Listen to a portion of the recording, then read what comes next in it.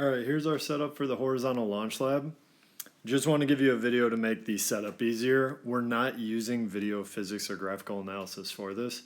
So on the left side you can see I have the ruler inclined up on the wooden block. This is really just going to be used as a ramp for the ball to give it a velocity on the table. You'll notice on the table I have the tape measure, and I use 2 washers to mark out 100 centimeters, which is 1 meter. You're basically going to use that to measure the time it takes to travel that 1 meter, which can help you then get the velocity that it has on the table.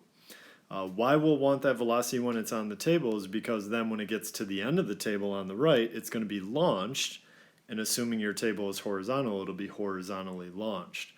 Now when getting these measurements, you'll just use a stopwatch and be mindful, of course, that you'll try to be as accurate as possible with your start and stop at the beginning and end of the washers.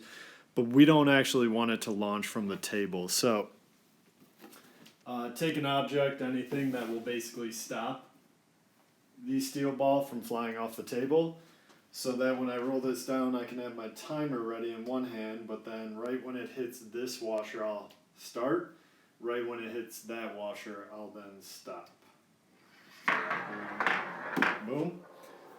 Alright, so as long as I start it again from the top of the ruler, I should get that same velocity every single time.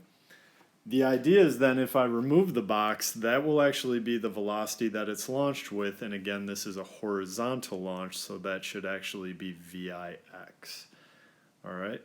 Hopefully that helps out. Again, read the directions very thoroughly. They are very clear in this lab. Good luck, everybody.